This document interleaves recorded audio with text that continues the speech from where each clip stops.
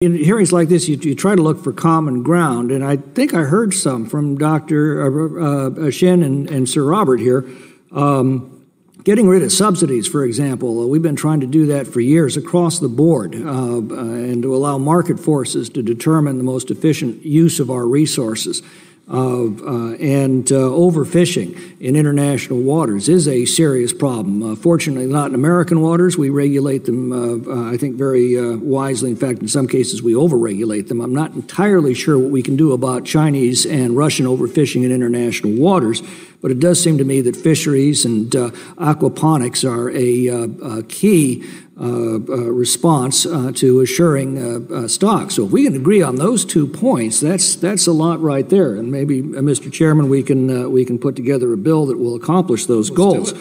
However, we also hear solutions like the Paris Treaty and the Green New Deal. And Mr. Morano, could you kind of tell us as a practical matter what that would mean to average American families?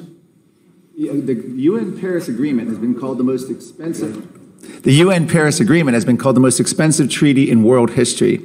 And the Green New Deal is estimated to be tens of trillions. There was an estimate of over 90 trillion that people didn't like the numbers, but what it really means is people are going to be sacrificing, especially people on fixed income, to pay higher energy costs for absolutely no benefit. It fails every cost-benefit analysis. In other words, even if you believe, and you shouldn't, but every claim made by the United Nations or Al Gore, the Green New Deal, the UN Paris Agreement will have a temperature difference in 100 years imperceptible. You won't even be able to tell the difference using their own models.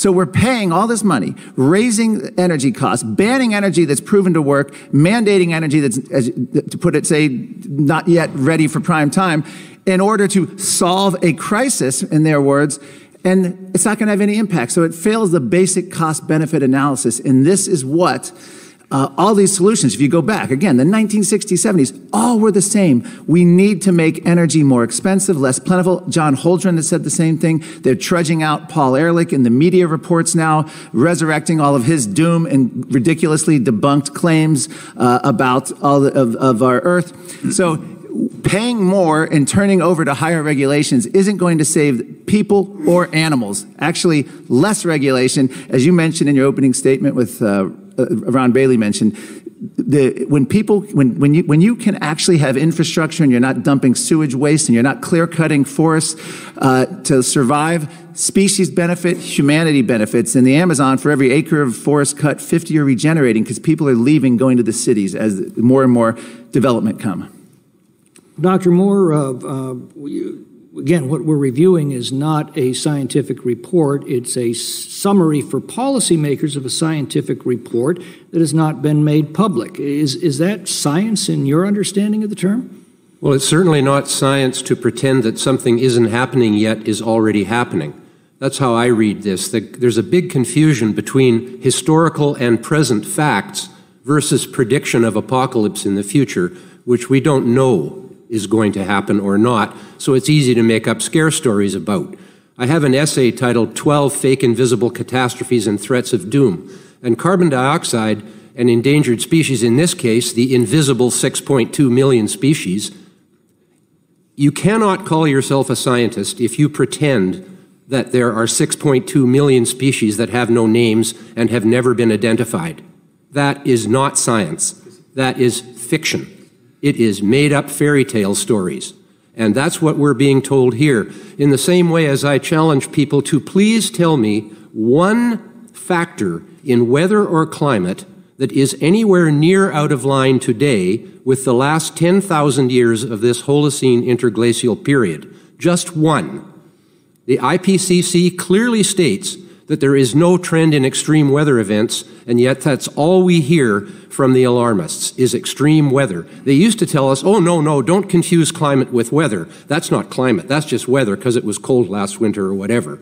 Now they talk about nothing but extreme weather events, and the fingerprints were on that hurricane, the fingerprints of climate change. The Paris Treaty and the Green New Deal are all about reducing carbon dioxide. Is that going to make a significant difference on the major drivers that have pushed our climate back and forth through glacial periods and warming periods for 4.5 billion years? First of all, there is no hard evidence that CO2 has anything to do with the changing temperature of the Earth's climate. Secondly, CO2 is the most important food for all life on Earth. All the carbon in all carbon-based life, which is ourselves and all other life, came from carbon dioxide in the air and the water. Carbon dioxide has been declining steadily for the last 150 million years to its lowest level in the history of life on Earth at the height of the last glaciation, 180 ppm.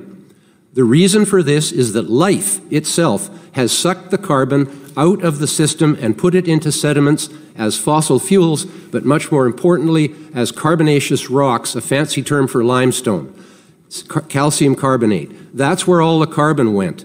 And we, thankfully, are putting some of the CO2 back into the air that was sucked out by life over the millennia and are restoring a balance to the global carbon cycle. Thank you, Dr. Moore. This would probably be a good time to request